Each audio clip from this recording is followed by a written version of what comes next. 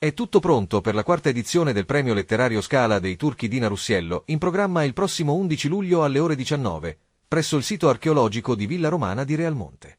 Il patron del premio, lo scrittore italo-francese Pascal Schembri, ha reso noti i nomi dei premiati.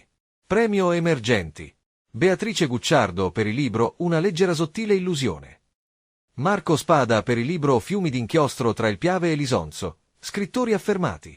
Francesco Bellanti per il libro Il quadro di Stalin, Gerlando Cilona per il libro Girgenti Agrigento ieri e oggi, Capitale della Cultura 2025, Federico Licalzi per il libro Il peso del dubbio, Enzo Di Natali per il libro Nanà e le luci di Racalmare, Giuseppe Crapanzano per il libro Antonio Vaccaro, avvocato, sindaco, capitano. Salvatore Parlagreco per il libro Eschilo, L'enigma dell'aquila assassina, premio ai poeti. Alberto Guarneri Cirami per il libro I versi perduti, Sebastiano Valfrè per la raccolta Pagine di vita, premio speciale al poeta Giuseppe Iati per il libro Se le rose parlassero, premi alla carriera assegnati.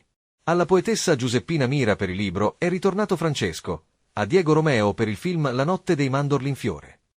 All'attore Gaetano Aronica e al dottore Francesco Sidoti.